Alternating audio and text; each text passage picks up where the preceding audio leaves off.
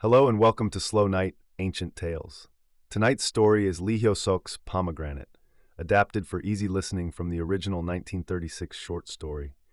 It follows a woman lying ill in bed, quietly looking back on the fragrance of her childhood, a first love, and a life that didn't go quite as she hoped. Tonight, let's drift gently into someone else's memories together. A strange, familiar taste lingered on Jae-hoo's tongue. After a moment, she realized it was the taste of pomegranate, and her heart leapt as if she'd glimpsed a rainbow. The image of a pomegranate painted on an old folding screen rose up from memory. Ripe clusters split open to reveal red seeds, and beside that screen, her mother always sat with a worried face, a bowl of medicine nearby. Jae-hoo had been lying ill for the past few days. Her fever rose, and old memories kept drifting back. Now her mother was gone, the screen was gone, and the pomegranate was gone too. Only the fragrance of memory remained. Leafing through a book at her bedside, she was startled to come across the name of a novelist. Junbo. It was the boy from her old school days. Even the story itself seemed to mirror their own childhood. Jae-hwa had always been near the top of her class, and Junbo was known for his sharp, clever eyes. They were never particularly close, yet Jae-hwa always felt strangely empty whenever his figure was missing from a crowd. Whenever she wore something new, he was the first person she wanted to show it to. When a teacher praised her, she quietly hoped word of it would reach his ears. One spring, on a school outing into the mountains, Junbo climbed out onto a dangerous ledge to pick azaleas growing along the cliff. When Jae-hwa reached out in worry, he brushed her off gruffly, insisting he was fine. Then his foot slipped, and as his body lurched forward, Jae-hoo threw herself down and grabbed his foot. He didn't fall, but his arm was badly scraped in the process. "You got hurt because of me. You think I picked these flowers for you?"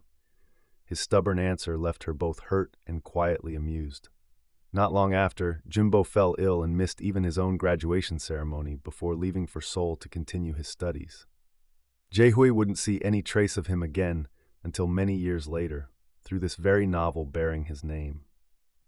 Jae-hoo's own life hadn't been an easy one. She recalled moving to Seoul with her father as a child, then returning to her hometown to grow up. After finishing school, she watched her father's business slowly collapse, and in the end, she agreed to a marriage she didn't truly want for his sake. Her husband was a bank clerk, but the marriage turned out to be, in every sense, a grave. After a life of recklessness, he embezzled money from the bank and disappeared without a trace. Jae-hoo eventually returned to teach at the very school she once attended as a child. Among her students, she often saw echoes of her own childhood.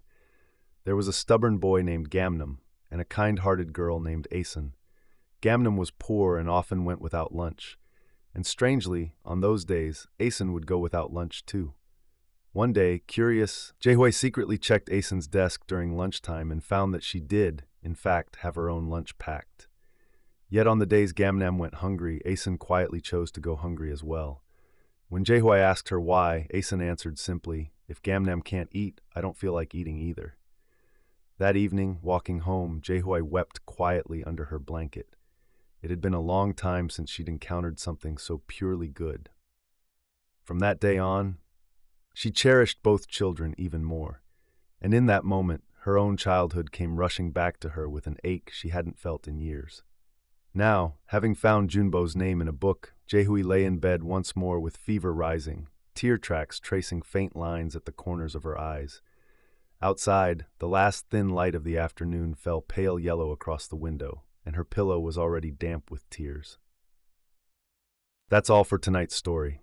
A woman quietly retracing the fragrance of her childhood and a life that didn't unfold the way she once hoped. It's the kind of story that lingers gently in the mind tonight. The past can be painful and it can be tender all at once. Holding both together, let yourself drift peacefully into sleep tonight. Have a warm night. Sleep well.